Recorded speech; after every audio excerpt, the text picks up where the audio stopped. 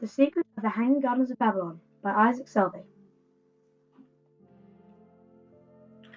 The Hanging Gardens of Babylon have been one of the 7 wonders of the world for many years, but are they myth or reality?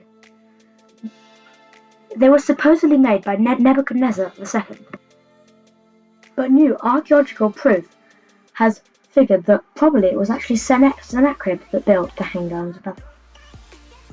This is because of an ancient prism that is in the British Museum. On it, it says, "I raised the height of the surrounding palace to be a wonder for all peoples. A high garden imitating the Manus Mountains I laid out next to the palace, with all kinds of aromatic plants, orchard fruit, trees that sustain the mountains, and Babylonia as well, as trees that bear wool planted within it."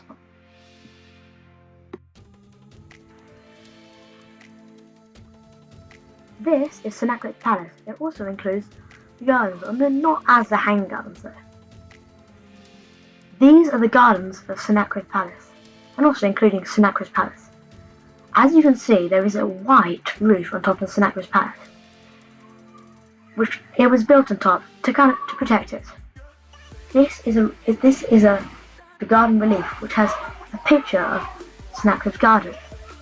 First, this wasn't really acknowledged because, as it wasn't made by Nebuchadnezzar, it couldn't be the garden. But now people think that it's probably the garden.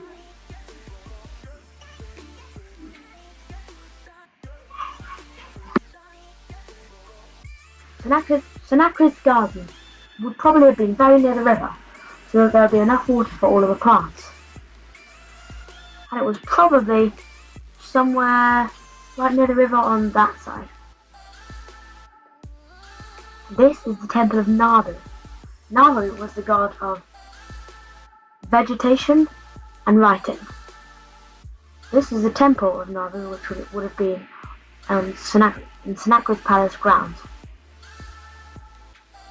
There would also have been a temple of Ishtar, which is in Gilgal. This is Sennacherib's palace. This is where they think Sennacherib's palace would have been. It might have been slightly higher up the river. This is about where. Although sadly they have ploughed all the right to the edge of the fields.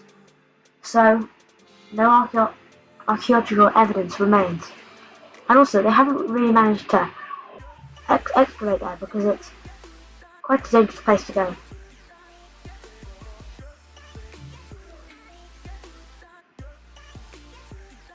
This is Kinnis Iran. This is the beginning of Sennacherib's water system. As you can see, there is Sennacherib here. There would also be those holes are where hermits would have actually lived. This is Sennacherib's canal. But there's one question that still remains.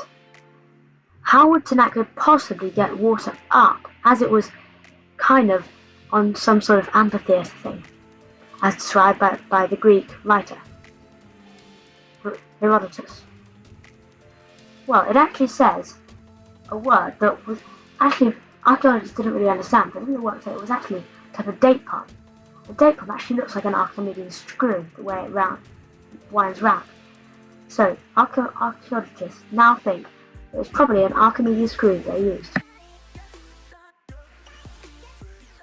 The way Sennacherib made the canal was by channeling water from a river that ran down from the mountains.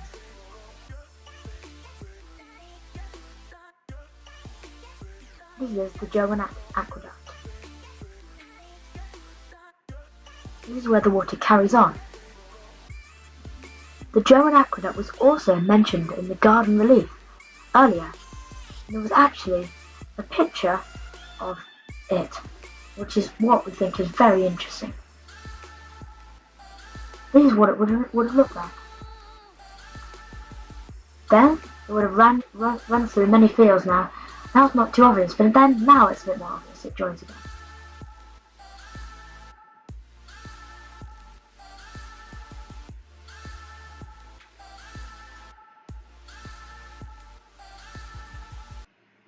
And it will go to Nineveh, which is where Sennacherib's palace was. The fact that Sennacherib made all of these canals It's really quite amazing, saying that he was way before Rome, almost 500 years. This is the River Tigris.